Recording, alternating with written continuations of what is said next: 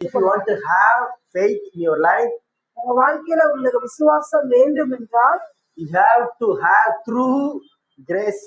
உங்களால கிருபை மூலமா மாத்திரம்தான் அதை பெற்றுக்கொள்ள முடியும். Amen. Amen. It is God's determination.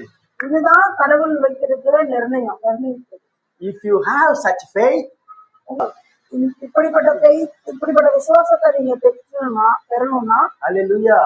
But if you have பெறுவீர்களானால், if you have such faith in your life, இந்த மாதிரி விசுவாசத்தை நீங்க பெறுவீர்களானால் it leads to God's righteousness. அது உங்களை தேவனுடைய நீதியில நடத்தும். Hallelujah. Hallelujah.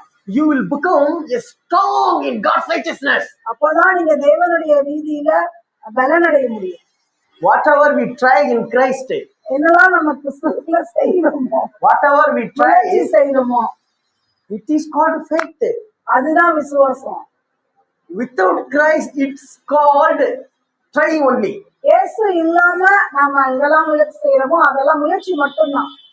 We understand or not? புரியுதா உங்களுக்கு? Our trying will not become wasting. முயற்சி ஒரு நாள் வேஸ்டா வீணா போக கூடாது. I am talking about faith. நான் விசுவாசத்தை பத்தி I don't talk about effort. நான் முயற்சியை பத்தி பேசல.